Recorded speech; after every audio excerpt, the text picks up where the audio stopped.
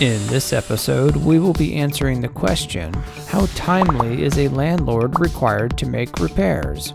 This answer is brought to you by AmeriUSA, where you can screen tenants 24 hours a day.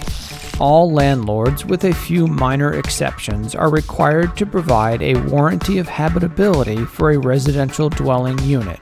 In addition, the landlord also has to warranty any amenities that were featured in the residential dwelling unit upon the commencement of tenancy.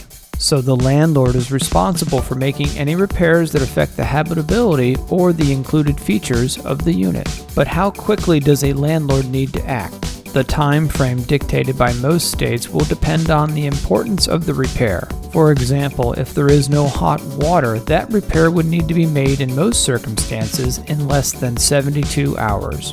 A broken dishwasher, on the other hand, may be allowed to go up to 30 days, or as some states define, as a reasonable amount of time.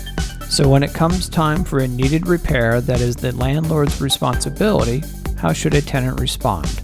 Well, the first step is for a tenant to notify the landlord. This can be done with a simple phone call. But if the landlord fails to acknowledge the issue and provide an estimated time frame, it is then important for the tenant to follow up with a written notice with a formal request to have the problem fixed by a specific date, or the tenant will either terminate the lease, withhold the rent, or have the problem repaired themselves and then deduct the cost from the next month's rent. If the unit should become too neglected, then the tenant can seek the assistance of the court and monetary damages. So if you're a landlord, it's best never to procrastinate when a repair is needed. Waiting only intensifies the tenant's rights and the potential for that repair turning into a disaster. If you would like to see more videos about being an American landlord, please like and subscribe.